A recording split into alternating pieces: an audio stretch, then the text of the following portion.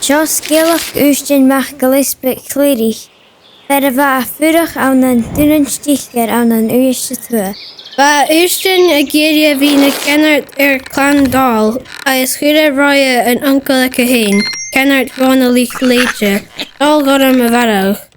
Scríomh dá lístear tíú go ula Marstin an tenan teagdáil de géirí cudromach agus an lístear éile go dál héin san scríomh glan bhroscail agus málaíonn. Ach mar a hachar, cain na lístachan gan na dúna céir. Gur seo an dearach chuch dál agus dhéire Dhòmhnall géan Uist a chur an gréim. Thuaidh Ùisdean na fhearainn. Cada únas an bí ag tíchach, mar sin chuide útach boran, agus lice gur an blé arbhar a bhaith. A chuinead na fiad gur Ùisdean a bhain, agus thuc iad iomsaí Cai Ùisdean a thorst hail an éileinn scíanach, go casteal gún túlam, agus cai a chuúr fá glas an hen.